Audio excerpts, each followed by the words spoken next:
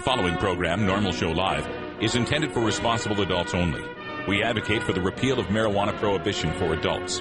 We discuss the science, culture, and controversy about America's marijuana laws. We do not advocate or encourage any illegal activity and advise all listeners to learn their state and federal marijuana laws by visiting norml.org, NORML.org. Opinions and claims made by guests and advertisers of NORML Show Live are their own and do not necessarily reflect the philosophy and policies of NORML. Listener discretion is advised.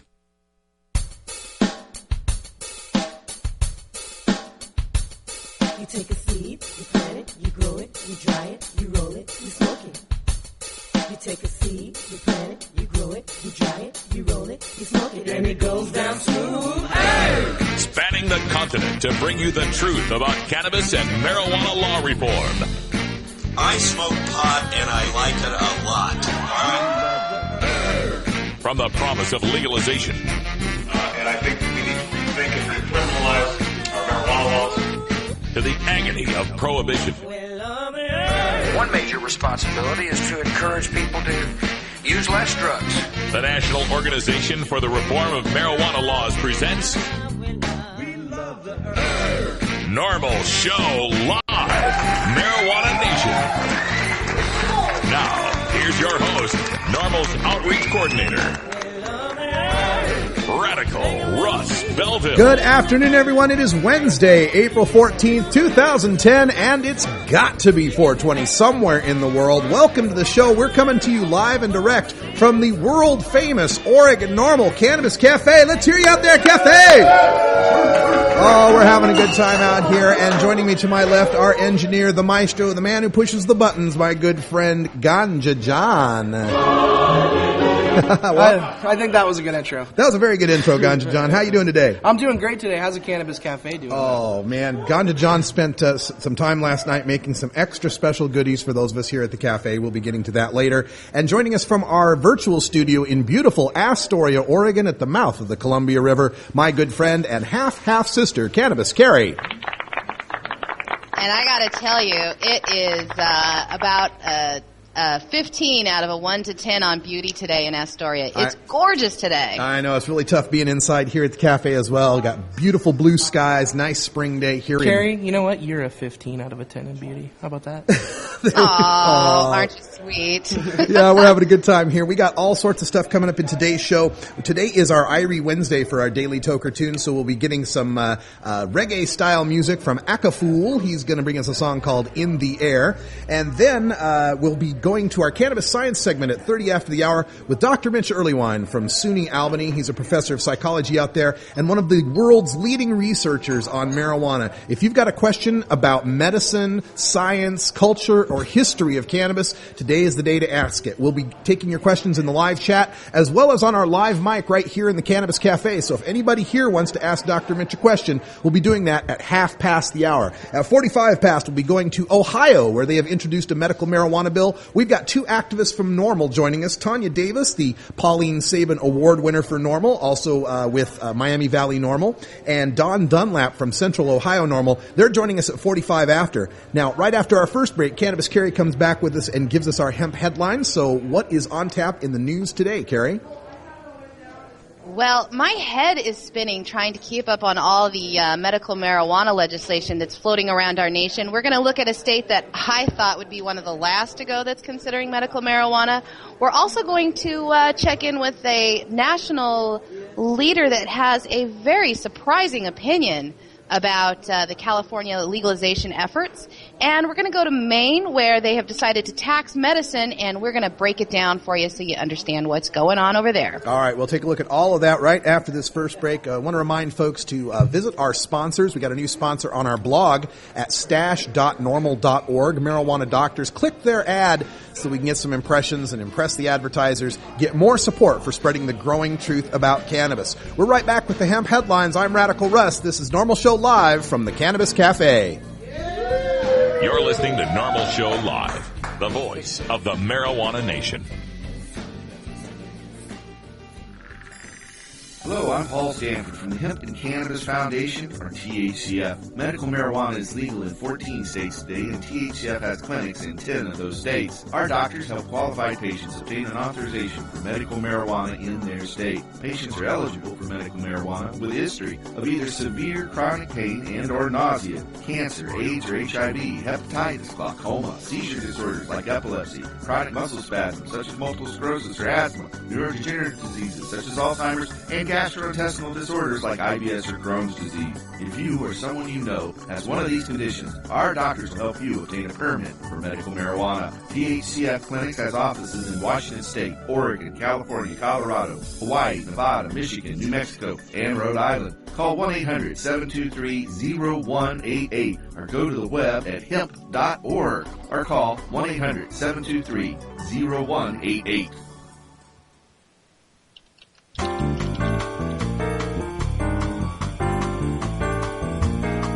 Medical marijuana, industrial hemp, consumer cannabis. It's time for this week's NORML News with Cannabis Carrie. Hey, Russ, actually, before I started the news today, I did want to acknowledge a loss that NORML suffered this last week. For those of you that didn't know, Greg Piasecki, who founded the Oakland County chapter of NORML, a very active chapter in Michigan, died last week of cancer. He was named the 2009 Michigan NORML Director of the Year, and he was liked by everyone that met him. It's my understanding after talking to one of his friends on Friday that he had been diagnosed with a brain tumor within the last year and was such a special spirit that he remained upbeat through his treatment and continued to help others even though he was suffering. Our love and support go out to his wife, Mary Pat Clark, and his family and many, many friends there in Michigan and all over the country. The family had requested that any memorial donations be made to the Meadowbrook Theater, that's in Rochester Hills, where he served as a production manager and an ace carpenter, to Oakland County NORML or Michigan Hospice.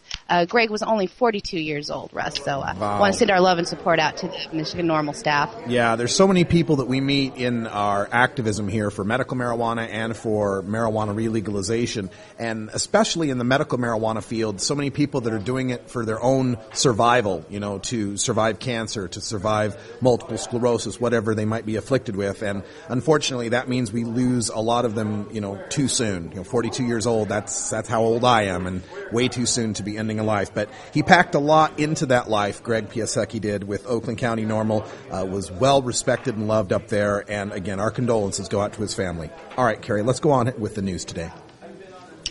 All right. It's getting difficult to keep all the states that are considering allowing medical marijuana straight, and now states that were once considered unlikely to ever consider a state cannabis law are putting together strategies for medical marijuana laws. The latest state to join in the debate is our home state of Idaho. Republican Representative Tom Trail is hoping to get folks talking about the possibility now and introduce legislation in 2011. Dr. Christian Skull, an oncologist from Idaho Falls, told local news affiliate ABC there that he can prescribe drugs that have a much greater addictive potential, and yet marijuana that has so many benefits for his cancer patients, he can't prescribe, saying, "It's never really made sense to me." He supports the legislation efforts because he knows that his cancer patients can benefit from marijuana. He said that if you think rationally about it, marijuana is a much less dangerous drug than morphine, which he prescribes every single day for some of his cancer patients. Representative Trail is working to get the dialogue going and try to reach understanding how medical marijuana could benefit Idaho. And although Idaho is surrounded by medical marijuana states, the geography belies the ideology. He's planning to host town meetings throughout the summer to introduce folks to his idea, and he said people can voice their thoughts and concerns by writing their local legislatures. Yeah, Representative Trail has been a guest on our show. You can go back to stash.normal.org and search through our archives if you'd like to hear his own opinions from his own mouth about medical marijuana. Very thoughtful legislator, a Republican in Moscow, Idaho, which is a college town. That's where the University of Idaho is located. And this kind of hits home for both Carrie and I because we are natives of the state of Idaho. And like she said in one of her intros, we never thought that medical marijuana would even be considered in the state of Idaho. But it just goes to show how universal the support is for the medical uses of marijuana. We'll see what Tom Trail comes up with and what kind of support he can garner for this. Idaho is known as one of the most conservative Republican legislatures in the nation, and it's unclear as to whether the governor would even sign such a bill, but we'll keep our eyes on Idaho and update you as the story continues.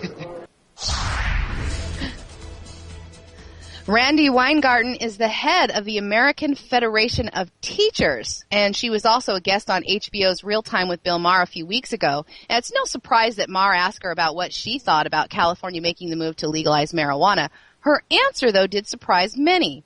The teachers' union boss and president of the 865,000-member educators group said that she thinks everything should be fine as long as it's in moderation. It's pretty much fine, she said. She clarified her statements a minute later to say that she only endorses marijuana if it is legal. Maher, who seemed genuinely surprised by her answer, asked her about parents who smoke cannabis but don't want their children using marijuana, and she answered, quote, "When something becomes a forbidden fruit, you have to spend a whole lot of time making sure that when you say no, people don't think that you mean yes." Since her appearance on the show, it seems that many people have some follow-up questions for the teachers' union boss. She told the New York Daily News that as a baby boomer, she had smoked marijuana, but said her experimentation was short-lived because of her chronic asthma. She clarified her statement to say that she doesn't condone children using marijuana, just as she doesn't condone underage drinking. Of course, the Partnership for a Drug-Free America, they were all over it. Spokesperson Josie Felice was quick to criticize Weingart, saying, quote, "Legalizing marijuana would just add another substance, along with alcohol, to the menu of intoxicants that are already too available and harmful to kids." Weingarten is a native New Yorker and was named one of the most powerful women in New York City business, and New York Magazine calls her one of the most influential people in education in the state. Well, this is a great story to hear someone, it seems like people are more and more able to speak the truth about how they feel about our reforming of marijuana laws, even people who are in the teachers union here. And I want to just make note of one of the opposition tactics here. You heard that opposition spokesperson saying, why should we add another substance to the menu for kids to get intoxicated on? Well, guess what? Cannabis is on the menu. It's already on the menu. Survey after survey for year after year has shown, this is from the Center of Addiction and Substance Abuse, Joseph Califano's group, when they survey young people in grades 10 and 12, 70% of kids in grades 10 and 80% of kids in grade 12 say that cannabis is easy or fairly easy to get a hold of. Okay? So it's already on the menu. The question is whether or not we're going to let it remain unregulated, remain untaxed, and remain in the hands of criminals and teenagers, or are we going to take some responsibility and accept the fact that adults can use cannabis in moderation? There's nothing morally wrong with it. There's nothing physically wrong with it. There's nothing for your health that's wrong with it. And there's nothing spiritually wrong with it. In fact, there's a lot of benefits to it. And we got to recognize that it's never going to go away. We spend billions and billions of dollars every year trying to eradicate marijuana, trying to get people to stop, and all that happens is the United States continues to have some of the world's highest rates of adult cannabis use, and teen cannabis use for that matter. In the Netherlands, where they allow cannabis use in the coffee shops, they have half the rates of marijuana use among their teenagers and lifetime use among their adults. So kudos to Randi Weingarten and the Teachers Union for coming out for some intelligent discourse on the reform of marijuana laws. Now, Maine has had medical marijuana for just over a decade, but until now, the state hasn't collected any taxes. Maine Governor John Baldacci signed into law a bill that will apply the state's 5% sales tax to medical marijuana sold in one of the 8 new state dispensaries, some of which could be up and running before the end of the year. The legislators on the Taxation Committee in Maine recommended the tax as a way to pay for expenses to regulate dispensaries, a new addition to the state's medical marijuana program that voters approved of in the last statewide election. The Maine Revenue Service is estimating that the state will reap more than $100,000 yearly in tax revenue. And it isn't all bad news for patients who purchase medical cannabis. The state's tax analyst says that the new system of state-certified growers will bring the price down to an estimated cost of only $50 per ounce. Now, patients would pay an additional 5% to the state, or about $2.50 if the state tax analyst is correct. The merchants would be taxed as well, but they'd be taxed in one large sum of $15,000 for a licensing fee, and the nonprofit dispensaries will be subject to regulation oversight by the Department of Health and Human Services, and they're the group that also issue the state ID cards. Advocates have some concern for the current 50 or so caregivers that are licensed by the state of Maine to grow and sell marijuana now to patients who list them as their caregiver. Critics of the new dispensary system say that the little growers would no longer be able to provide medicine at cost to compete with the dispensary's estimated low price, and with only 8 dispensaries allowed statewide, many patients might lose some access to a supply. Now, those that called for the dispensary say their fears are overblown. Russ, time will tell in this latest state experiment with medical cannabis dispensaries. Well, this is one of those good news, bad news stories, isn't it? Well, let me tackle the bad news first, and that is the idea of taxing medical marijuana. This is something, we always talk about tax and regulate and tax. Let's tax marijuana, raise some money. But that's an argument to be applied to the legalization of marijuana for healthy adults, for personal purposes, right? For commercial purposes. I don't believe in taxing people for growing their own at home, and I certainly don't believe in taxing people who are sick. I don't believe in taxing any kind of medicine, much less medical marijuana. If it's something that people need to live, let's let that remain untaxed. So that's the bad side of it. I'm not for taxing medical marijuana, even though we've seen it in Oakland. The city of Oakland, they voted for medical marijuana specifically to be taxed, and they're raising a lot of money. And there is an argument to be made that by taxing medical marijuana, you add some legitimacy to it in the eyes of the state. But to me, it's just a moral issue. I just don't think it's right to tax medicine or food for that matter. But let's get to the good news side of this, and that is these 8 dispensaries and the notion of a state-controlled dispensary system bringing the prices of medical marijuana down. One of the things I've had a big problem with dispensary situations that we have in California and Colorado and to some extent in Montana and Michigan now is this kind of green rush mentality that everybody's in it for the money. How can we make a buck? And we're basically just transferring the profiteering of the black market into a semi-legitimate white market, or maybe a off-white or gray market, right? I'm not against people making money, but the problem is in a dispensary situation where you don't have the natural competition and you're only serving 5% of the market while the other 95% of the market is illegal, that 95% is subject to all of the prohibition-added risks that add to the price of the cannabis. And then the dispensaries that are trying to compete in a pseudo-free market system are still subject to the prices on the streets, right? Because they can't buy it from the growers any less than the street will pay them, and they can't sell it for any less than what people can sell it on the street. So here in Maine, where they're trying to set up a dispensary system that's state-controlled and bring those prices down to $50 an ounce, that's awesome. I am all behind that. Anything that brings the prices down for patients is a good thing. And this truly does go back to the idea of it being non-profit, being about the altruism of helping people. We've been going through this battle for healthcare in America for so many years now, and we have so much problem with pharmaceutical companies jacking up the prices, insurance companies trying to deny coverage, that healthcare has just become so unobtainable for so many in this country. The beauty of medical marijuana is it's a houseplant. You can grow it yourself. You can treat yourself, and for a relatively low cost. You don't have to make appointments other than the one appointment to see your doctor for the medical marijuana card. You don't have to keep going back to get your prescription refilled and paying that copay every time. And for people who don't have health insurance, medical marijuana is one of the few ways that they can come up with an affordable way to take care of themselves. So this profiteering we see in some of the dispensaries where they're charging, $10, $15, $25 per gram for medicine when you know it didn't cost them that much to grow it, it just breaks my heart sometimes to think that you'd turn to some patient who's in pain or suffering, has spasticity, and say, I'll be glad to help you out. That'll be $450 an ounce. I couldn't do that. I personally couldn't do that to someone. Again, for the people out there that are growing and making money, I'm all for that. I'm all for making money, but only when it's a level playing field for everyone.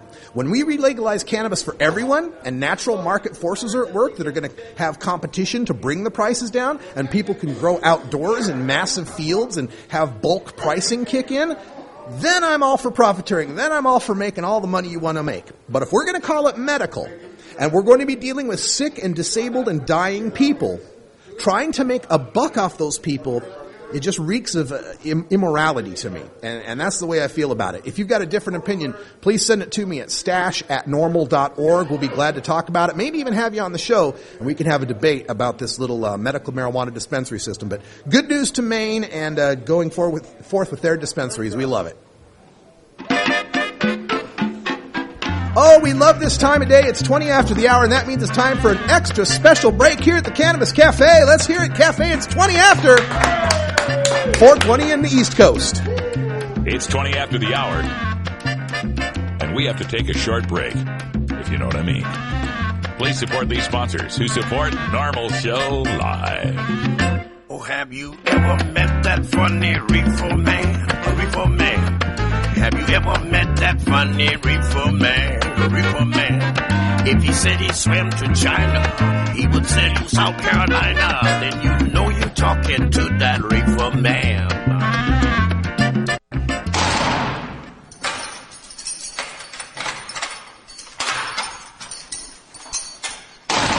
Law420.com. Hello, I'm Russ Belville, Outreach Coordinator for NORML. In my job, I read literally hundreds of headlines each month involving nonviolent, productive citizens whose lives are ripped apart by a marijuana or drug arrest. Many citizens could avoid arrest by refusing police searches and remaining silent, but police are well trained to confuse and intimidate. That's why you have a right to speak to an attorney before answering any police questions. I hope you never need to exercise that right, but if you do, make your first call to the law offices of John C. Lucy IV. John Lucy is an accomplished criminal defense attorney with expertise in Oregon's medical marijuana law. John Lucy understands and respects cannabis and drug consumers of all backgrounds. Call John C. Lucy IV at 503-227-6000 or visit in downtown Portland. Address available at law420.com. That's John C. Lucy IV at 503-227-6000 or visit law420.com today. High as a kite, everybody! This drug in front of me is what they call marijuana. If we had a dime for every dime bag bought in America, marijuana would be legal by now. Donate to NORML at NORML.org and support NORML Show Live. I'm going to light. Roll a big fatty.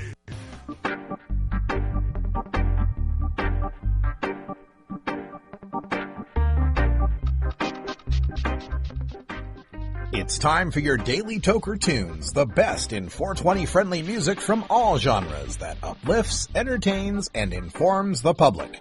Our pod-safe music is donated by freedom-loving musicians who support our goal of ending adult marijuana prohibition. Today we get tunes for Irie Wednesday, our celebration of that mellow vibe we find in the best of reggae, ska, calypso, and Latin music. Brought to you by Johnny Reeferseed and the High Rollers, America's favorite red-eyed soul rock and roll band, available now on iTunes and CD Baby. If you'd like to submit your song to be played on NORML Show Live, send it to us at stash@normal.org. Now, here's some great independent marijuana music for today's Daily Toker Tunes. All right, we get to fly all the way through cyberspace to the beautiful state of Iowa and visit with Johnny Reeferseed. Johnny, how you doing today, my man? Oh, great. It's a beautiful day out here, about 80 degrees and the sun's shining. Can't ask for much more. Oh, I love it, man. I love it. Got to make my way to Iowa one of these days and visit you guys. You and the Reverend out there. Yeah, you should. It'll be a lot of fun. So, oddly enough, we go to Iowa for our reggae music because Johnny's got it down as far as the reggae goes. So what are we listening to today, Johnny? Today, this guy, I really like him. And he's not really a reggae artist per se, but this is a reggae song. So his name is Akafool. And Akafool, born and raised in the Little Haiti area of Miami, Florida, and currently representing Tampa, Florida, is the definition of a true artist, one that marches to the drum of a different beat, a man in his own lane, defying both description and logic. Akafool's talents encompass many facets, including singing, rapping, songwriting, engineering, and producing, which has led to the creation of some of the hottest sounds coming out of the South.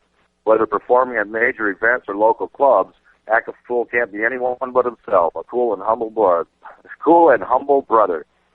This real genuine quality he possesses has helped him to establish a strong and diverse fan base by serving up his music with the power to enlighten, entertain, educate, and elevate.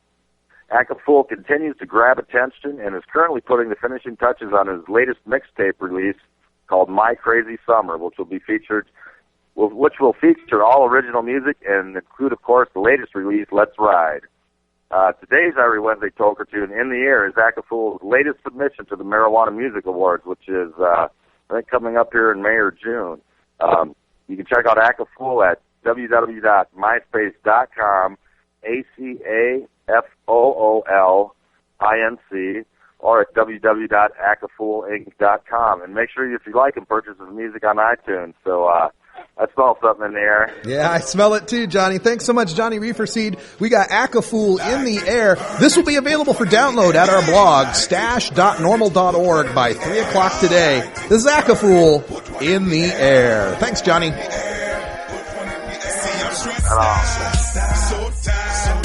Waiting for my dog to come through.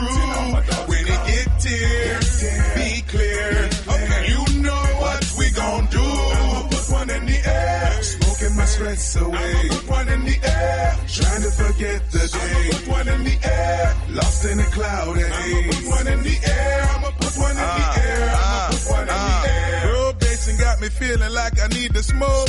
Recession, unemployment got them losing hope. They still raising gas prices. Swine flu, they can't stop it. So I'm stressed out, so tired, waiting for my dog to come through. When he gets here, be clear. You know what we gon' do. I'ma put one in the air, smoking my stress away. I'ma put one in the air, trying to forget the day. I'ma put one in the air, lost in a cloud. I'ma put one in the air. I'ma put one in the air. I'ma put one in the air. Every day on the news, another child lost. Suicide, homicide, people getting robbed. These parents killing their children. Asking why there's no reason. So I'm stressed out, so tired, waiting for my dog to come through. When he gets here, be clear. You know what we gon' do. I'ma put one in the air, smoking my stress away. I'ma put one in the air, trying to forget the day. I'ma put one in the air, lost in a cloud. I'ma put one in the air. I'ma put one in the air. I'ma put one in the air. I just wanna live my life stress-free. But in America that can never be. See, freedom comes with such a high bounty, and most of us can't bear to pay the fee, so we stressed out, so tired, waiting for my dog to come through. When he gets here, be clear. You know what we gon' do. I'ma put one in the air, smoking my stress away. I'ma put one in the air, trying to forget the day. I'ma put one in the air, lost in a cloud. I'ma put one in the air. I'ma put one in the air. I'ma put one in the air. That's Akafool with In the Air. Thank you to Johnny Reeferseed and the High Rollers for bringing us that tune. You can get a download of it at our blog at stash.normal.org. Sign in, create an account, and that download and many others will be yours. Also, check it out in our Daily Toker Tunes rotation right after the show. But I don't care. It's 420 somewhere. Time to take a look at our normal cannabis community calendar, which you can find at norml.org/calendar. Today, CSU Fresno Normal will be having their meeting at the campus of CSU Fresno in the MUB 313 building. Check that out on the campus, Fresno, California. On Thursday, April 15th, it is tax day. There is going to be plenty of stuff going on, including a Tennessee Normal Tax Day protest in Nashville, Tennessee. For more information, check out tnnormal.org. Philly Normal is also having their open meeting on Tax Day, Thursday, April 15th at the A Space in Philadelphia, Pennsylvania. You can check out phillynormal.org for more information on that. On Friday, April 16th, Tennessee Normal is having their April public meeting. Again, tnnormal.org will give you all the information you need to get involved with them. And on Saturday, April 17th, Friday, April 16th, I will be in Grants Pass, Oregon with the OCTA benefit, the Oregon Cannabis Tax Act. This is the hemp Hemp is Earth Medicine Tour featuring John Trudell and Bad Dog, as well as special guest Jim Page, State of Jefferson, and Jim Matheson from the Herbivores. I'll be playing with Tim Pate, John Cornette, and Kenny Davis. This will be Friday, April 16th at the Rogue Theater in Grants Pass, Oregon. On Saturday, April 17th at the Ashland Armory in Ashland, Oregon. I'll be at both of those gigs. Then on Sunday, April 18th, they're at the LaSalle Stewart Center at the OSU campus in Corvallis, Oregon. Myself, on Sunday, April 18th, I'll be at the International Cannabis and Hemp Expo in San Francisco, California, giving a 30-minute speech at 2:30 p.m. Pacific Time. For all of these events and more details, including email addresses, websites, links, and more, check out our NORML Cannabis Community Calendar at norml.org/calendar. NORML Show Live reminds you to never consent to a search. If you're holding and you consent, in most states you will be arrested immediately and you will go to jail. If you don't consent to a search, police may try to intimidate you by threatening to bring in drug-sniffing dogs or try to fool you by saying things will go easier if you consent. Yeah, easier for them, sure. Stand your ground, refuse the search, and ask the officer if you're free to go. If they still detain you and eventually find your contraband, you'll be no more busted than if you had allowed the search. But by refusing the search, your attorney has a chance to win your acquittal before a judge. If you consent to the search, your attorney's hands are tied. You can find a list of NORML Legal Committee attorneys specializing in marijuana cases by visiting the Find a Lawyer link at norml.org. Starfish Designs, makers of the original Gandalf. I'm Radical Russ, and when I want to relax, I always have my 17-inch long original Gandalf from Starfish Designs nearby. The hand-blown borosilicate glass is strong and easy to clean, and the design is sleek and sophisticated. Starfish Designs are available from Bend, Oregon at a glass retailer near you. For locations, call 541-788-GLASS. That's 541-788-4527.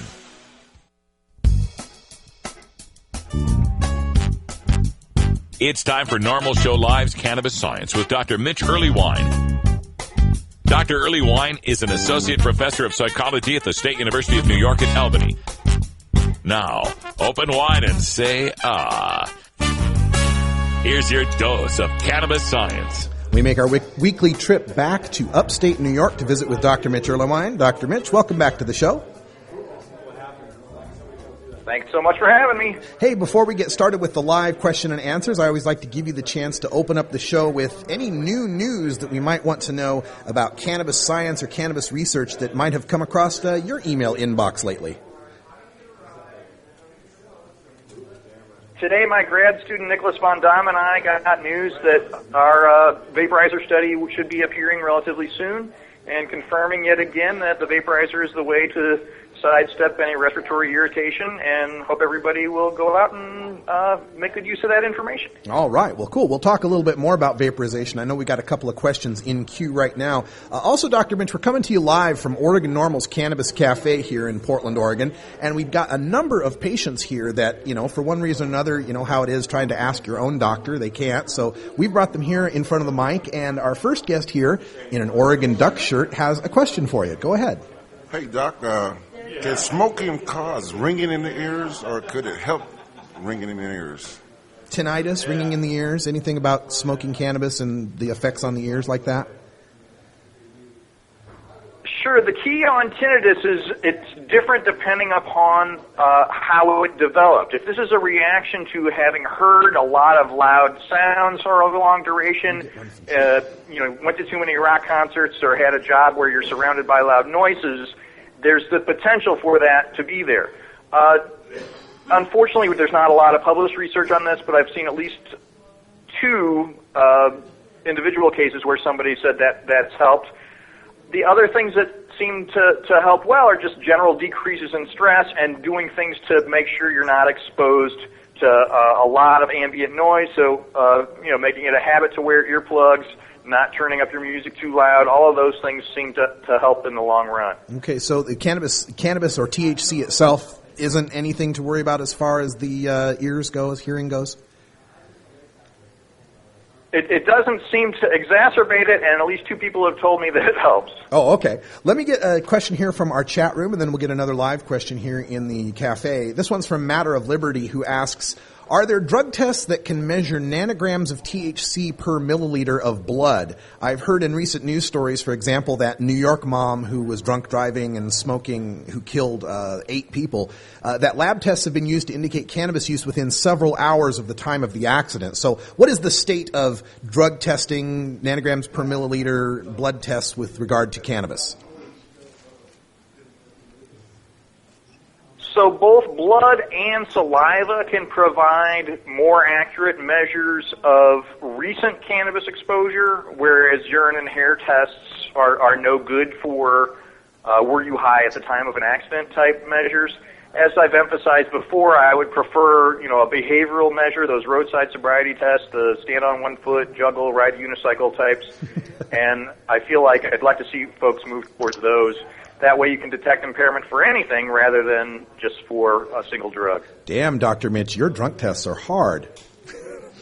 Let's go on to another question here from the cafe. We got another person waiting to ask a question in a Weed California shirt. Very nice. Thank you. I get a lot of compliments on that. I'm sure. I'm Robert. And what I'd like to know, doctor, is when you eat the little gel caps with the herbs inside, with the medicine inside, what exactly are the effects going to be different for different people? Sleepiness? What exactly should people expect when they ingest it like that? I guess you're talking about the greeny capsules that a lot of people make with key for cannabis in a gel cap that people can eat. How does that work for people? The thing to understand is that the impact is going to be dramatically more than if you smoked that amount, and it's going to take longer to kick in. So don't take one and wait a half an hour and think, I better take another one, because you're going to really be essentially taking a bigger dose than you intend. And then the problem, the advantage actually of oral administration is you create what's called 11-hydroxy-THC.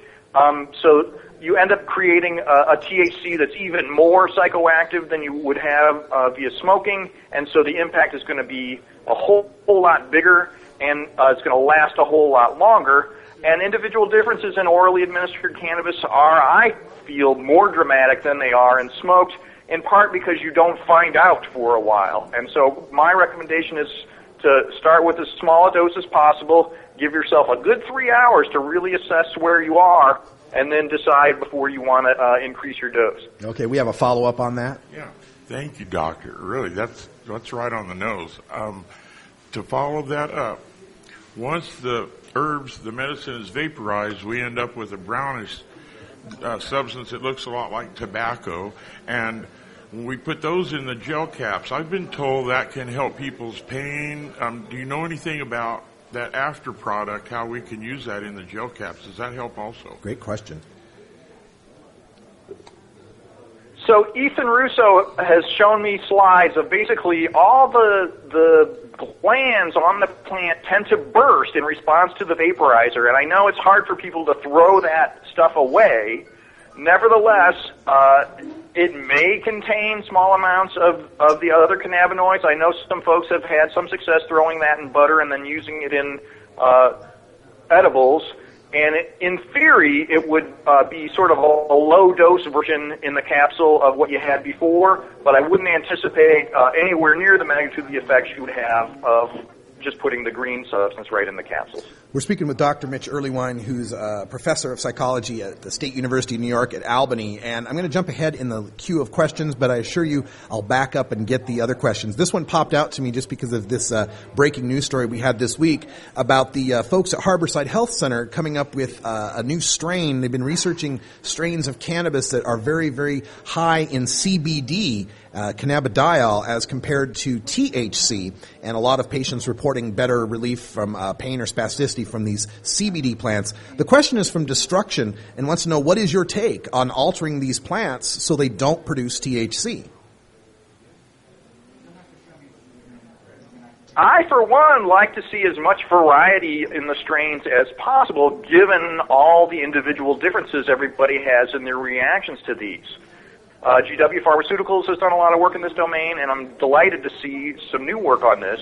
It looks like the anti-seizure, the epilepsy treatment could really benefit from a strain that's higher in CBD. A lot of folks claim that both inhaled and orally administered strains with high in CBD and low in THC are a little less discombobulating, if you will, and make them a little less loopy during their day, and people seem to develop tolerance to the psychoactive effects of these more rapidly.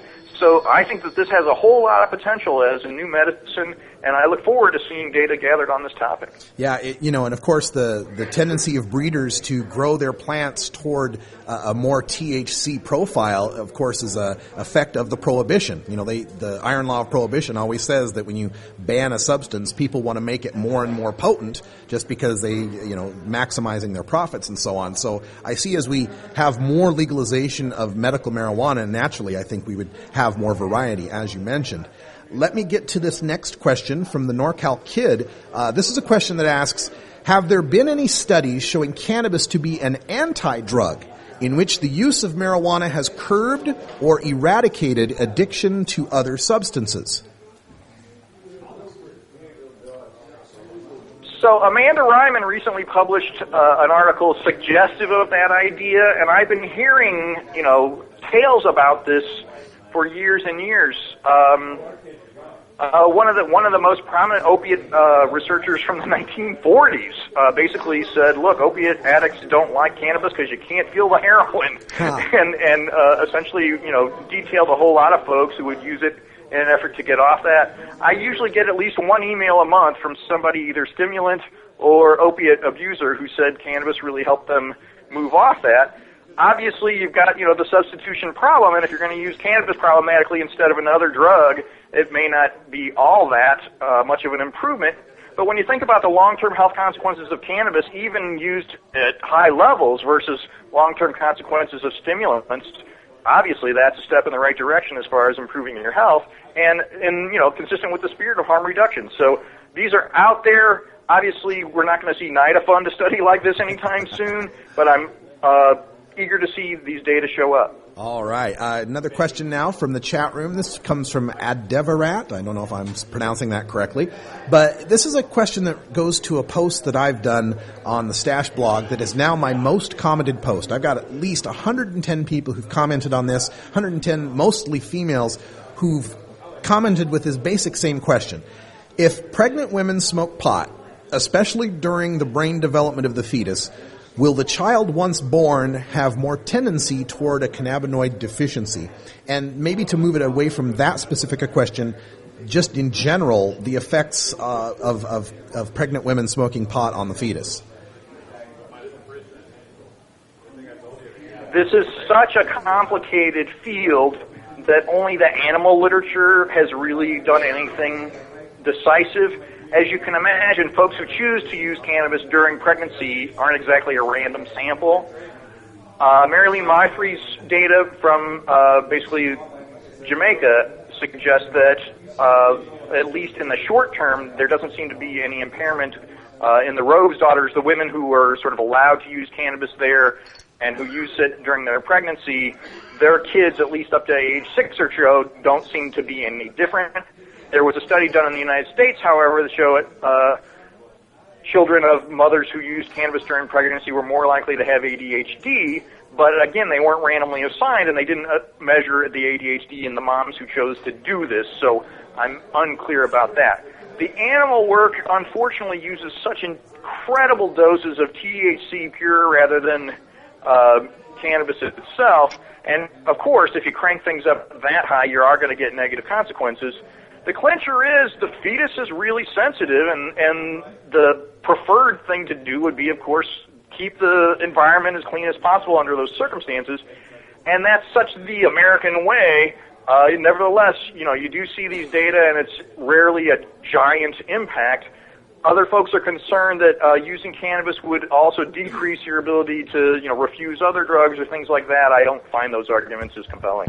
Okay, we have time for maybe a couple more questions here, and if you don't get your question asked during this session, you can always send it by email to Dr. Mitch Earlywine at 420research 420research@gmail.com. That's 420research@gmail.com. So real quick here, a couple more questions. We've got one here on, this is a good one, from Deadeye6, who asks, what's the best way to ask your doctor about medical marijuana if you're not sure about his stance on it?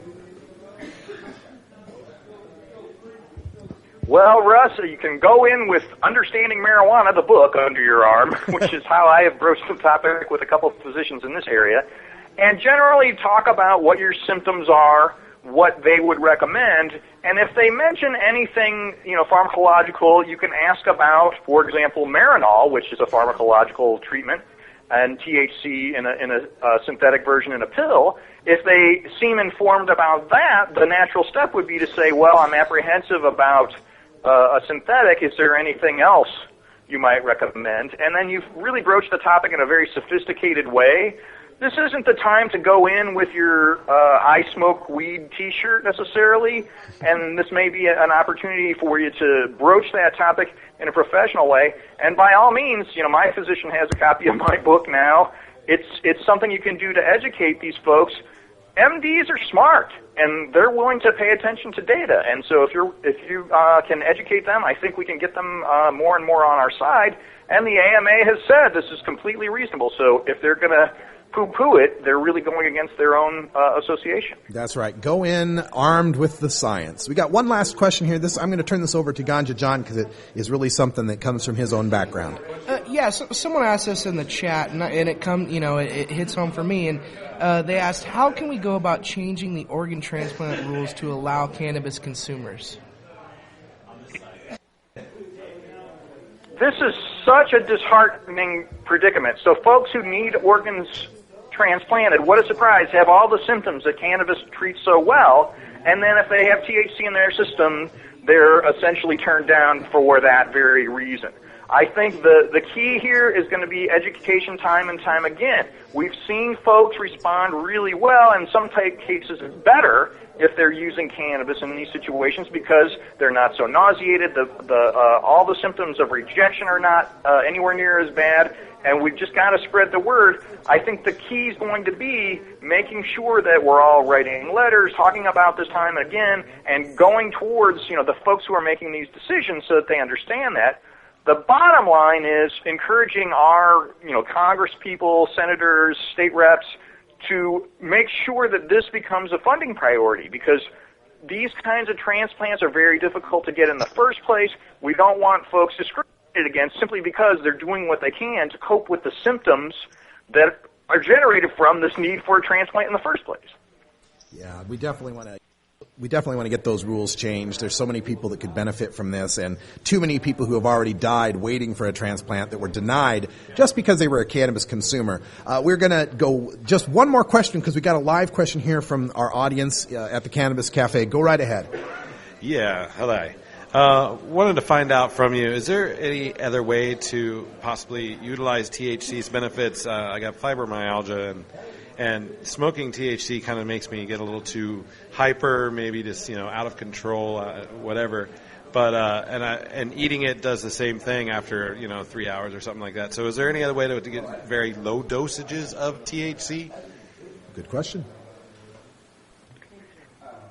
You're going to laugh, but a lot of the lozenge approaches, the lollipops, things like that, can work, and experiment with strains so that if you can find a dispensary that has a strain that they say, look, this is not a blow your head off kind of strain, this is one that's going to be relatively mild and relatively sedating, I think that you have the potential to see a lot of benefit. And then the other clincher is dosage. So it may feel like right when you're done inhaling the vapor that you have no effect yet. That may be the time to stop and then experiment with seeing what will happen subsequent to that, rather than a lot of folks who, I'm going to keep inhaling vapor until I feel it, and by then you've actually already ingested a dose that's probably bigger than what you want. Oh, great advice. Thank you, Dr. Mitch, and everybody in the chat room I know loves having you here. How about you folks at the cafe? What a good segment with Dr. Mitch, huh? They love you, Doctor. Thanks for joining us. Thanks so much. Always delighted.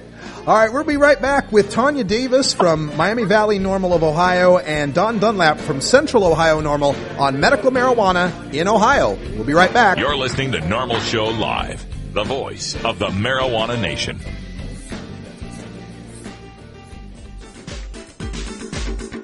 It's tough talking to kids about marijuana, especially if you might be a parent who dabbled a time or two in your youth. So to help you out, get your copy of Dr. Mitch Earlywine's latest book, A Parent's Guide to Marijuana. Dr. Earlywine is an associate professor of psychology at the State University of New York at Albany and an expert on the studies concerning marijuana, its effect on health and society, and the methodology behind the statistics. He is a frequent guest here on our daily audio stash. Dr. Earlywine lays it all out without the propaganda and scare tactics that parents know won't work with teenagers. He presents a rational understanding of cannabis, what it is and what it isn't, and why kids shouldn't be using marijuana. You can order today through Amazon.com or check our links at our blog, stash.normal.org.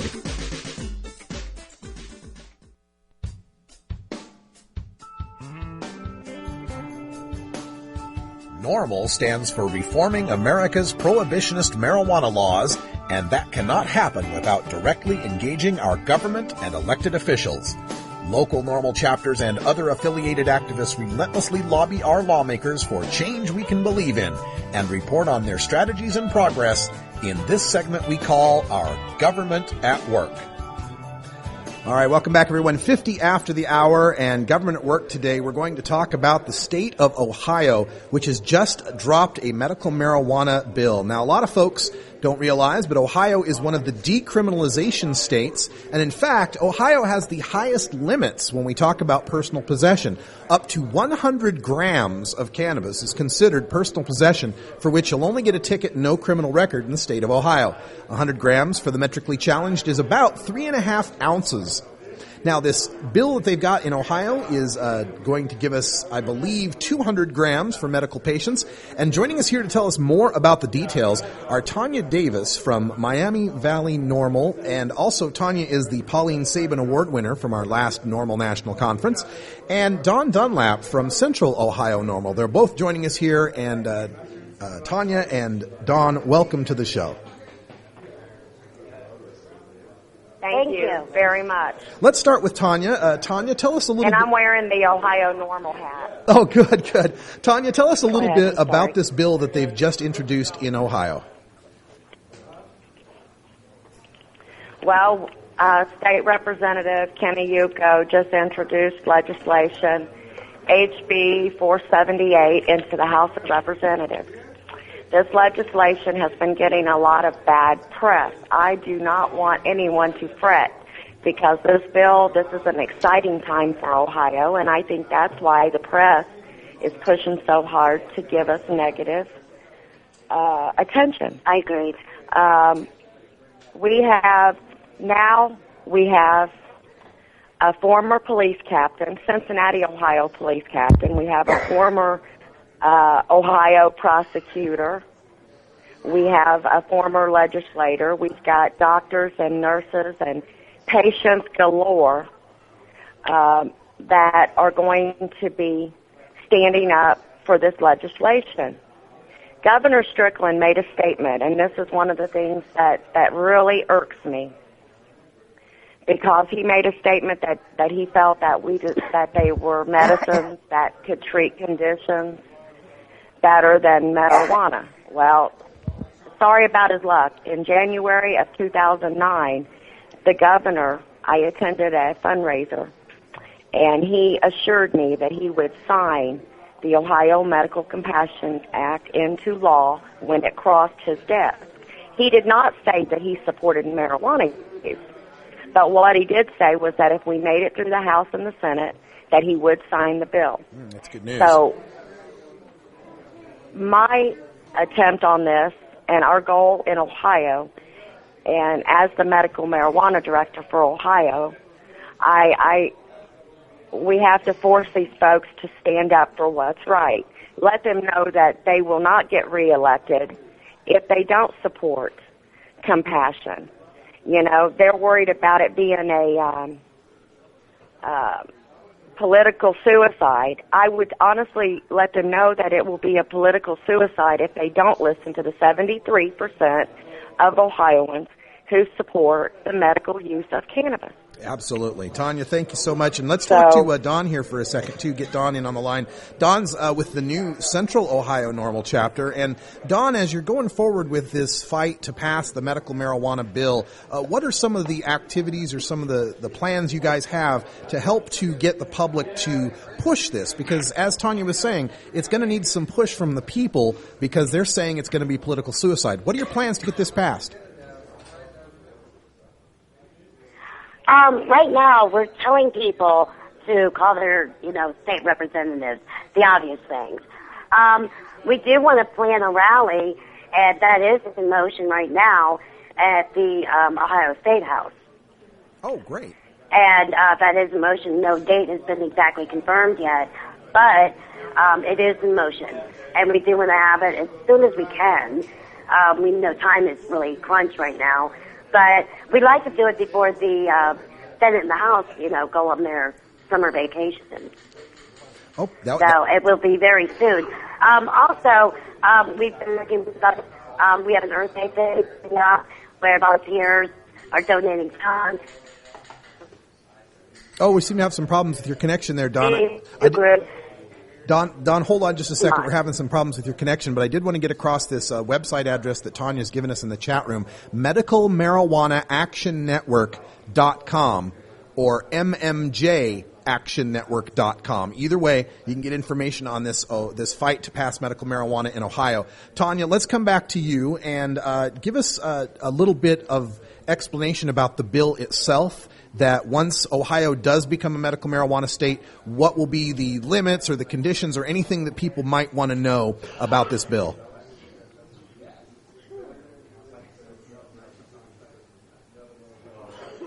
Okay, Tanya, are you there?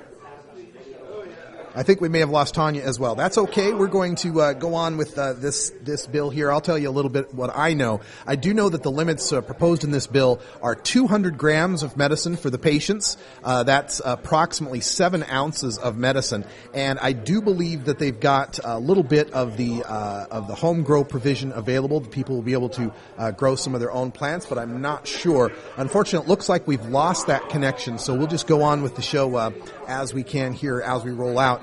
For more information on anything about the medical marijuana fight in Ohio, check out the mmjactionnetwork.com for more information. And to get in touch with Miami Valley NORML or Central Ohio NORML, that's Tanya's organization and Don's organization, respectively, you can check out our NORML chapters list, which is at norml.org/chapters, and that will get you the information you need.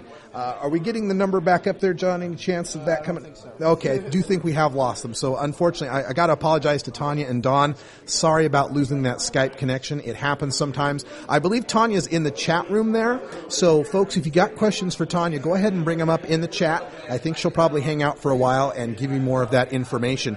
The Miami Valley NORML website, I believe, is at mvnormal.org. mvnormal.org if you want to find out more about Miami Valley NORML. I think Miami Valley NORML, that's in the Dayton area, I think, and maybe Tanya can confirm that for me in the chat room.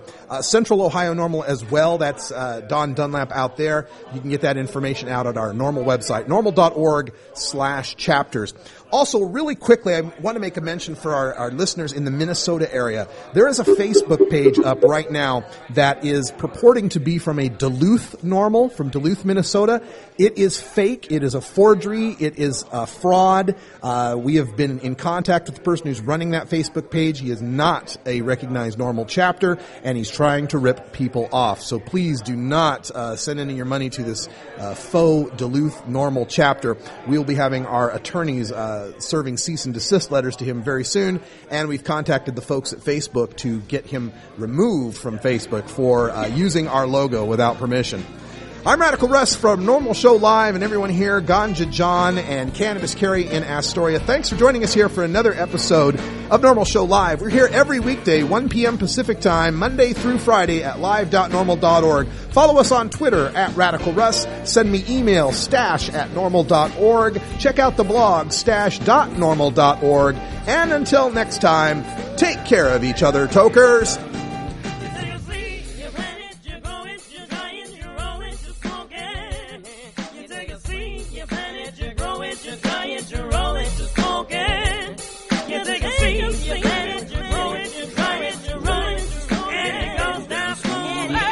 Coming up on tomorrow's show, we've got your Groovin' Thursday tunes with John Doe Radio and a visit with Terry Joyce in Southern California, plus another surprise guest. So join us tomorrow for Normal Show Live. See you next time.